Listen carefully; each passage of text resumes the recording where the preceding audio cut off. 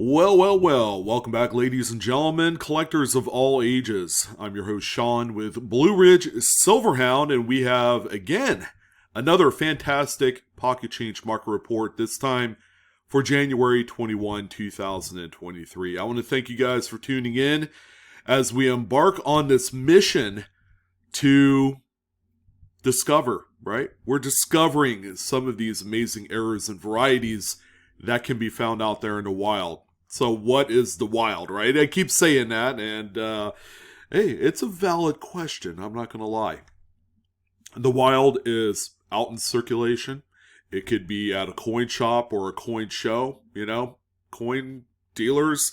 Sometimes they just don't care about some of these particular errors and varieties, and that's where you could kind of swoop in and buy them for whatever the regular price is for the date of that coin.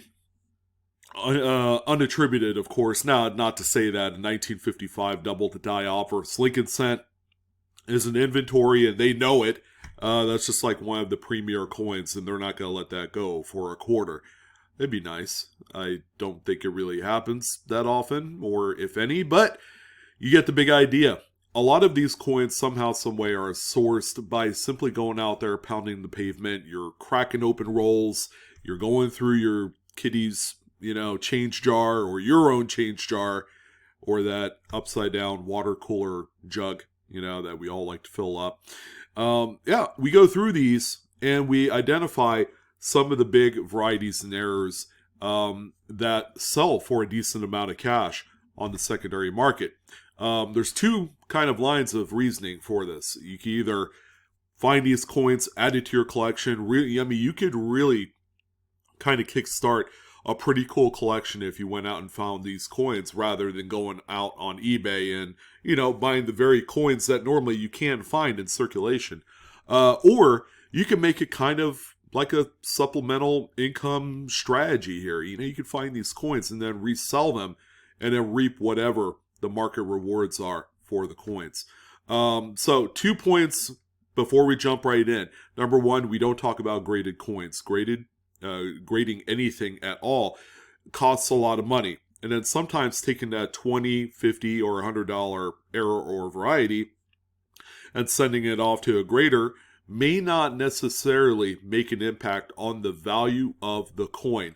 Errors and varieties by trade, they sell for themselves. So grading, you don't need to spend all that extraneous money to do that. Number two, all the pictures that you see here today are all original to the listings. We didn't juice or doctor any of them, except for cropping them so that way everything would fit on one page.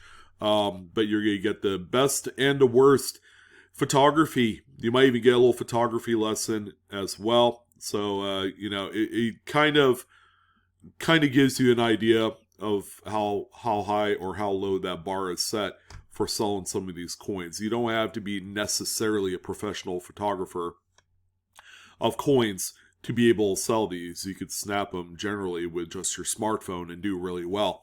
All right, let's go ahead and jump in. A lot of the auction activity, of course, from eBay from the last 24 hours. And yeah, still very active for the month of January. We're beyond the holidays. Everybody is back out hunting and gathering and looking for these things, starting out with the 2018 P Voyagers National Park Quarter. This one is actually kind of neat. Very low-key. Easy to miss this one if you're not careful. This one has a pretty cool little die break, and it's a rim cud right here positioned just to the right of that P mid mark. It's right on the rim, and that's why they call it a rim cud. There's a little bit of a break on the die on that side. That's right on the edge. No, this is not a collar cut or anything like that, because the collar does not have a break in it. This is on the actual die face itself.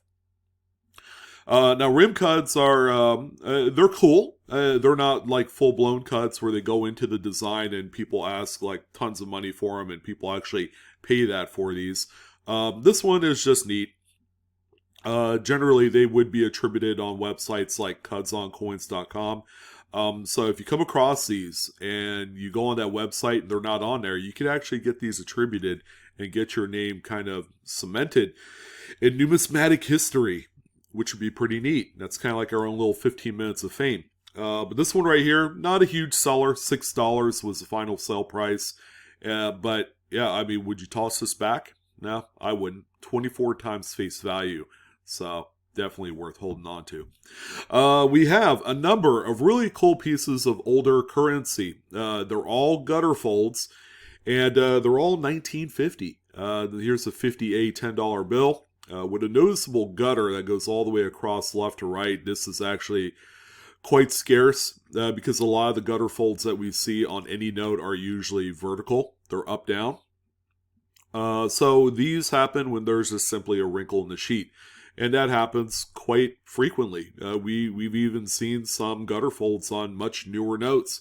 But, you know, going back to yesteryear, this one, surprisingly, went through a lot of circulation before it was found. And it's worth noting that a gutter fold will not be apparent at first glance. Sometimes you'll come across these and they'll look like just a regular $1 bill or a $10 bill. You have to stretch out that wrinkle to get this gutter effect on here. So yeah, pretty neat. This one ended up selling for $113 here in the last 6 hours or so. Here's another one here, again from the same seller, another 50A. This one has a pretty cool little diagonal gutter this time, and you see, and it's great to see kind of like the progression of these things, to see if it was at any one point a period during the printing processes of the notes, if an actual BEP employee caught it. Now, typically when they do catch things like this, they'll take the note out of the run and they'll replace it with a star note to denote, you know, a replacement of that particular item. But this one right here, you know, goes through the first, second, and third prints. You have gutter or an omission of print on that fold all throughout the printing process, and that makes sense on this one. I'm sure this would have been discovered by a BEP employee. This one sold for $102. Keep in mind, condition on all these. These circulated. And then the final one from this seller, another impressive one.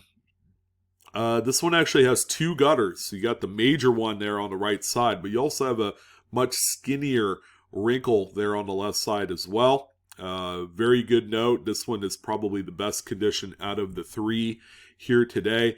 Now, it's worth noting, it's kind of funny because the first initial print on the reverse has no gutter whatsoever. I mean, you could easily see the fold, but there's no omission of print in that area, which leads me to believe that the sheet was pressed out a little bit prior to the back print, and then it folded back up when the second and overprint were applied at some point. This one right here is sold for $102. These are really easy to sell, ungraded, so keep that in mind.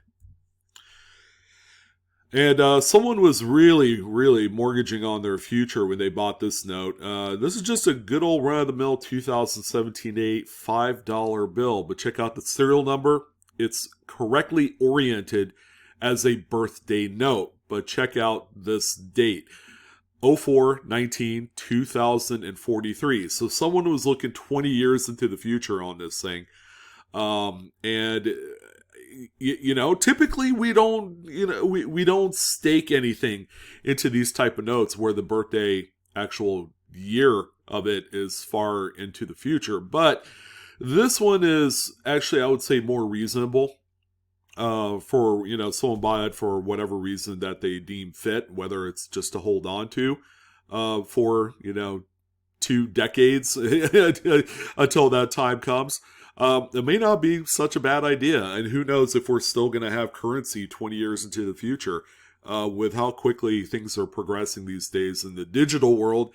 There might not be any more of these. So you could be looking at $1 million note here for all I care. But yeah, this is interesting.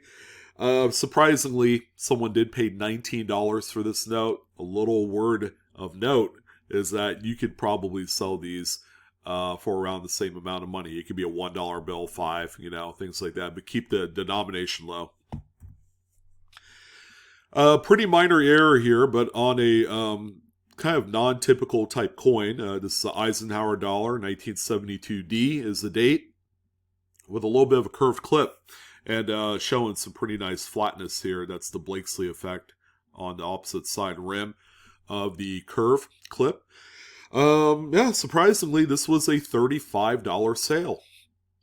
So the big feature with this one is that even though it's a very common error, or a US Mint error, you don't see them too often on coins like this. You know, usually you'll find them on Lincoln cents and nickels and things like that. And those are generally worth, you know, a few bucks or so. But on this large size coin, yeah, that's something you don't come across too often. So this one's interesting.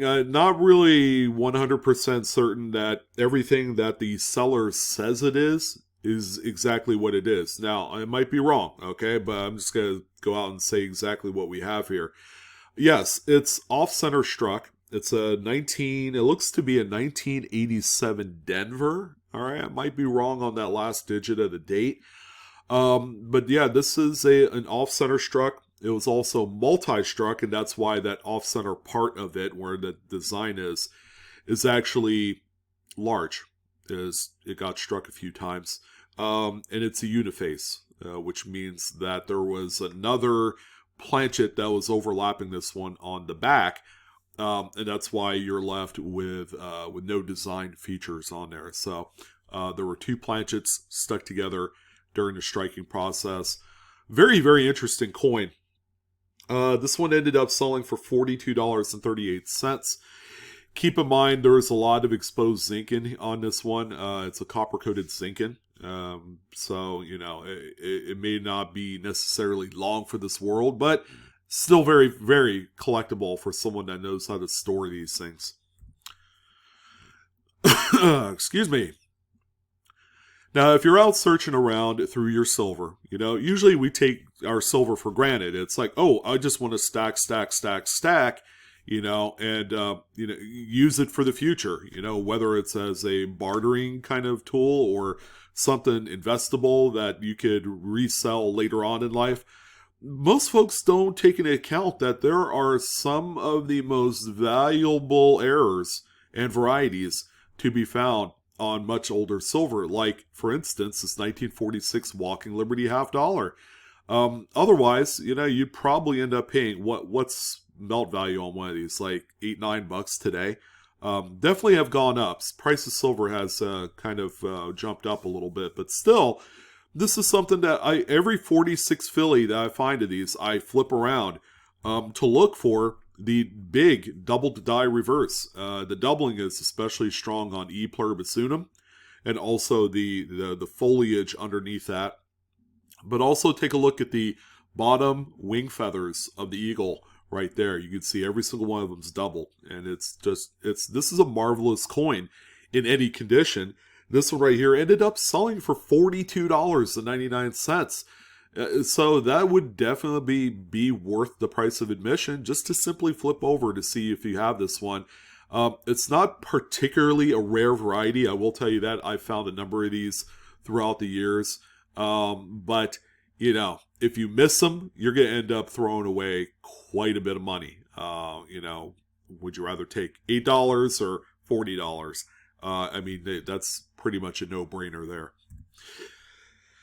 This one, I've seen this one before, but I saw it come up on the auction scene. I ended up being one of the watchers on it. You know, just kind of like curious as to what it might sell for, but it's a 2019 Lincoln Shield cent. This one has very, very small, minor kind of like spider webbing cracks that goes from the rim into Liberty. I thought this one was pretty interesting. It looks like this particular area right here is slightly displaced a little bit, not too much. Not sure if that piece was going to eventually be in anything like a die chip or whatever it could be. Kind of hard to say. But we're going to call this one kind of like an earlier progression of this type of anomaly. This one sold for $12. So good old Bubba Sully's been around for God knows how long. I would have to say probably 15 years, probably longer on eBay. And they've sold quite a few coins over the years, mostly type pieces, not so much a lot of errors or varieties. But I have to talk about this one because I think it's one that we don't see too often. 1954S, Jefferson nickel, off-center struck. We don't see much older nickels that are off-center much to this degree. We just don't. We see them a lot on 80s and 90s nickels. Very rarely do we see them back going all the way back to the 50s. The seller had mentioned, Bubba, had said that this one was off-center by about 10%. I'm probably a little bit more than that, maybe 15. This one ended up selling for a staggering amount of cash, $95.75, with 19 total bids on this one. And yes, that is a scratch on the reverse. This is, unfortunately, this is more of a single-sided phenomenon on this 1988P Jefferson nickel. We had some pretty strong die clashing on the reverse of the coin, and not too much showing on the obverse. It's always kind of nice to see it like equally strong on both sides of the coin, but you can see the clashing here, in areas. Might even get some glancing look at an eyeball here under the steps of Monticello. There is some damage on the reverse there. This one took a few pretty good hits on there, and this one sold for $11.54 with 11 bids. I mean, do I have to remind everyone that this coin looked like straight up just spending fodder to a lot of people? 5 cents turn into $11. That's a pretty good return on something that doesn't look like much of anything. Here's our other 2019. 2019 Lincoln Shields, by the way, ladies and gentlemen, are rife with all sorts of really cool things to look for. This one, however, not an error. This is one of the, probably dozen or so varieties for this date. This one is WDDO number 10. So you could go on doubleddie.com and see this one on there. But you have some pretty good thickness and stretching areas on Liberty. Not too much of note on the date. Very, very minimal doubling on the date, but a lot of what you're going to look for is on Liberty. Some would say that this is a very minor variety, and I would intend to agree, but why throw this back? This coin sold for $4.05. The coin has circulated a little bit, showing a few nicks and ticks here and there. I would still keep this. And then you could use it if you don't want to sell for $4, it's understandable. But I've used coins like this, and traditionally in quantity, as bargaining chips, for obtaining other coins. So you might want to look at it that way if you're looking maybe for that 2014 DDO to add to your collection. You could trade one of these into a few other coins to get there. This one's remarkable. I love any sort of error note that shows a BEP rejection mark, as in this thing was marked for death. It should have never gone out into circulation, but this one surely did. 1969 is the series date on here. You can see that overprint is grossly misaligned to the right, but you also see the wax crayon mark here. That's the BEP rejection mark. That an employee will just kind of do a quick little touch on to denote that these need to be removed and replaced in some capacity. This one was not. The note is in high grade too, and I believe this is the one note that the seller did not put a reverse pick. Normally, I would say that's a necessity, but given the condition of this note, I would probably assume that the reverse is in as much nicer shape as the front. So this one right here, cool to see these ungraded, by the way. Sold for $173.49 with 33 bids. Oh, 2019, guess what? Another big one here, another neat anomaly. Not a variety, but we're going back to the error attribution on this one. Note the condition. It's been through a few pockets and change jars and possibly a cash register here and there. But how about that pretty nice die break there? This probably started out as an innocent little old spike head die crack, but has turned into a little bit more than that. So we've built up quite a few little big die chips here, even going into Lincoln's head scalp area. So where does something like this sell for, in case you're wondering? $41? $41 with 21 bids. There were a lot of people very interested in this. And this is probably one that you don't see come across the auction block too much. I would probably say this might be the second time I've seen this one. So that just gives you a little bit of idea as to the scarcity. And keep in mind, I've looked through many Lincoln cents. I've looked through many auctions to find coins as unique as this one. Now, we've seen these before. I thought I'd throw you guys a little bit of a reminder that there are cuts on some of these mid-2000s Washington quarters, the statehoods. And this is the good old West Virginia, probably one of the more common ones out there. But this one has a pretty nice cut die break here.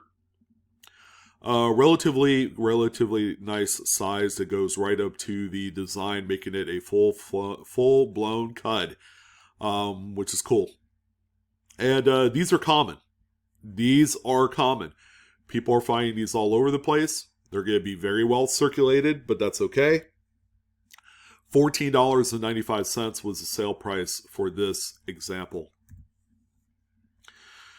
All right, so this one was actually sold by a notable eBay coin dealer. M. Bar is what he goes by. And a lot of you, I'm sure, are very familiar with his stuff. This one is a strange run coming from him. It's a 1882 Morgan dollar. He calls it an O over S. But there's just one problem. The mid-mark took a massive hit. You can't even tell if there's an inner curl of the S in there. Now, to his credit, he's been around for a while, and I would imagine that, and I didn't double check. You guys can do that on your own leisure. Go to vamworld.com, and he probably used some sort of like die marker to make his assessment, because you're just not really seeing it on the mid-mark. And this is, even if it is a true blue O over S over mid-mark, you got to keep in mind, the people that buy these, they want to see a discernible, unfeudable over mid-mark. They don't want to see something like this where it's like damaged and all that stuff. So this one right here, surprisingly, still sold for $64. 14 bids. Check your scrap silver, or if you're at a coin shop and they have a bunch of these sitting in a bowl somewhere, cherry pick these. You can buy these up for what, $25 today, in less than desirable condition. Turn around and sell them for $60 to $100. Yeah, I mean, I'm giving you guys all sorts of ideas to make free money here. Just go ahead and grab the bull by the horns and do it. The next one that we have here, we don't talk a lot about Canadian coins, and that's it's kind of a raw deal. I know, because I'm a huge Canadian coin fanatic. Wow, this is cool. 1996 tooney, $2 coin. The planchet itself has an off-center brass insert, which, as you guys know, that thing should be perfectly centered on there within the confines of that circle that's in relief. But pretty neat. I can imagine that a number of these have been found. This one has circulated quite a bit, judging from its condition. This one sold for $59.56 Canadian. So, yeah, pretty neat. And these are very well collected north of the border. All right, so some more shenanigans going on these new 2017A bills. All right, here's yet another one on a dollar bill. What do you guys see that's missing? Could it be one of the digits on that top right serial number string? Yes, that is exactly that. Now, there is kind of like a ghosted image on there, which means that at one point that digit was printed. I'm sure it's got a little bit of embossing as well, but that's simply just an underinked digit, which is a true blue error. That's the real deal. No, this was not played around with or anything like that. I've seen quite a few of these during my lifetime to know what a real or fake one looks like. Besides, it would be hard to do that, to give the appearance of something that's missing, especially if it's been printed on there. And, the note is in fantastic shape here, and as it should, because it's like nearly new. This one right here ended up selling for $47 with 18 bids. So, again, another banger right out of the good old wallet. Yeah, just letting you guys know, this one is out there as well. Good old Marsh Billings Rockefeller 2020 Philadelphia quarter with some sort of, questionable staining on the obverse. I don't know what it is, but I was going to say something, but we're going to keep this one PG rated. We got a little bit of a strike through, along with some corresponding feeder finger scrapes right on the fields there. Always neat. Where it's located on the coin, this is very easy to miss because, it's right on the tree. And it could look like part of the design of the tree. This one sold for $15.98. So another good one to be on the lookout for. All right, so I'm not going to worry about you guys actually spending a 1909 VDB Lincoln cent, but please don't polish and clean the crap out of it like whoever had this one at one point. And I'm not saying it's the seller. I think he or she genuinely found the coin this way. But be on the lookout for two major double to dies, ladies and gentlemen. This one's the highly desired FS 1101. Check out the doubling on the last few letters of Liberty, and of course that date. You just can't ignore this. This is a popular one. People are looking for high-end graded specimens of this this coin, and it sells for many thousands of dollars. But one that's been robbed and stripped of its luster and life, well, unfortunately, the seller had to settle for only $200, which at the end of the day is still a good, reasonable amount of cash for something like this. But you can only imagine if this thing was a beautiful mint state version of itself, this thing would be easily $500 to $600.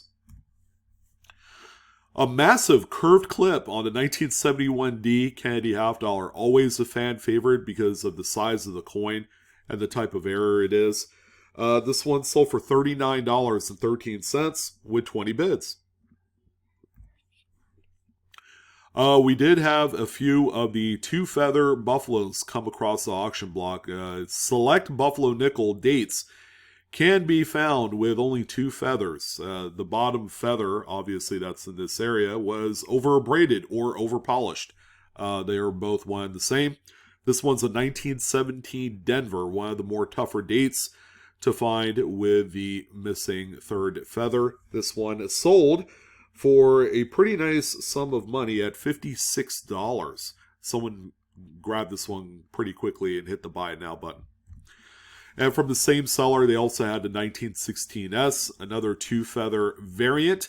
And this one has more goop and gunk and staining on it. Not as quite as polished as the previous coin, even though that one had a few scratches. This one right here sold for $49. So again, we have two of the more tougher dates to find with the two feather on there. And they both got scooped up really, really quickly. If you guys are out there looking for these, look at every single date going all the way up into the 30s. Which, 1938 is the last date of the Buffalo Nickel anyway, so I'm not wrong there. These are really good, and they're naked eye visible for the most part. Unless they kind of look like this, then it's questionable. You just never know. Alright, so this $20 bill is awesome. 1996, non-colorized big head. Features what looks to be a miscut. But wait, there's more. Check out the overprint. It's actually perfectly centered on the actual note size. Just the number 1 and number 2 print were off center, which means the sheet was misaligned when that overprint was applied. Again, I would call this one just a misaligned sheet error when it was printed. This one ended up selling for what? $116. That's it. Yeah. Paper money never ceases to amaze. There's some just amazing pieces that continues to marvel out there. And you say you can't find any of this stuff out there, even though every single piece is showing apparent circulation wear. Another Buffalo nickel. This time the first date ever of this. A very popular one at that. 1913 S. Wow, that's a little bit tougher date, right? But this is a Type 1, so it shows the Buffalo on the reverse on a raised mound and not the flat mound that you see on the Type 2 or later versions of the coin. And the coin seems to be in fantastic shape. So what are we looking at here? Why is this one even on the list, other than being a nice type coin? How about the fact that it's a clamshell lamination? You guys see that split along the edge? So this coin, you could try your hardest, and you could actually split these two halves apart. You don't ever want to do that, by the way. You're going to lose all sorts of value if that happened. But this one right here on a marquee date of coin in the modern era. Yeah, this is a very neat piece for sure. This one sold for $130.17 with 2 bids. I've got another Ike dollar. Yet again, a very minor error. This one has a little bit of a strike through on the obverse. You can see the weakening of some of the devices there. So there was a little bit of coating of grease on the hammer die prior to this one being produced, therefore leading to some of those weakness in certain areas on here. This one right here sold for $19.51 with 6 bids. Again, this is more akin to what you can find out there pretty easily. Well, another American Samoa blind bat quarter, and this one looks like it just came right out of a pile of change just yesterday. It's that fresh. But you can see the strike through on the right side of the bat's face there. Well, on the upside down version side of it. These things are notorious for just all sorts of different strike throughs and things like that. And they're all quite valuable. They're all still desirable even to this day. And people are still paying a lot, even in very heavy circulated examples. This one sold for $62.95. Man, well, that's some easy money right there being made. Probably my least favorite, but I haven't talked about a 79P Susan B. Anthony. This one is, the pictures aren't that great. A little bit out of focus, a little bit overexposed with too much lighting, which is going to cause this look to it. But yeah, this is the what they call the wide rim. So the date is very close to the actual rim part of the coin. So yeah, one to look out for. These also can be found in the 3-coin PD&S mid sets of SBAs. So I've found quite a few of them back in the day. They're not worth a ton of money. I'm sure you could try and locate one that's like perfect looking and send it off to PCGS in the hopes of getting a top pop grade. That would be your only way to making like a ton of money on these. But yeah, these are common enough that they'll show up just about anywhere. This one sold for $11.57. Okay, well, this thing looks like melted chocolate, and I would have to say, just in the last 30 days, I've had about 3 or 4 people email me with similar coins that look like this. They just have like a very nice, strong reverse strike, and then the front of the coin looks like melted chocolate, or melted silver, or solder, or something. And this is a coin that was struck through a very, very late stage capped die. I mean, we're talking about capped die that's razor thin, like even thinner than a sheet of paper. Well, I'm not going to go as far as saying that, but at this point, that cap was starting to wrinkle. You know, when it gets thin and delicate, it begins to wrinkle, and it'll produce things that look like this. Now, this is something that you can find on all denominations of coins, and it'll throw you for a loop. Like, whoa, was this thing like dipped in acid or chemicals to produce this? And I'm like, it could be, but you got to make sure that the reverse matches the same appearance as the front. So this is something that I just kind of need to throw out there because again, I've had like 3 or 4 people that have messaged me and I'm floored. I'm like, wow, these things are coming out of circulation. I had like 3 Lincoln cents and another dime actually. The dime was very similar to this, but I think it was like a 1998. I mean, this thing is so very late stage that you could actually see the punch through the date and the mint mark on these. So $49.95 was the sale price on this one. Proving again that it is one of the most reliable coins that you could sell and do really well on. And of course, Coins and Cards is going to take up the number 30 listing of this week's PCMR with a big, huge, just amazing elephant-sized variety. 1983 Lincoln Memorial Cent. I mean, check out the reverse. It's got the big double the die, right? Always be on the lookout for these. This one hasn't slowed down too much like the 84 Double Deer has. The 84 Double Deer is kind of like close to falling off a cliff. They used to be not affordable last year, and now they're back to being semi-affordable. But this one, no, not even close. And this one looks like it's got some red brown to it. A little circulation on the highest points of the coin. Need I say more? The doubling is just unparalleled with this. This is probably the best double die reverse that you'll find on any date of coin. Yeah, 1 cent, nasty. Coins and Cards, again, throwing just a huge coin as they do all the time. But yeah, what's cool is this doubling is so strong you can see the actual doubled base of the monument too. Wow, you have a doubled monument.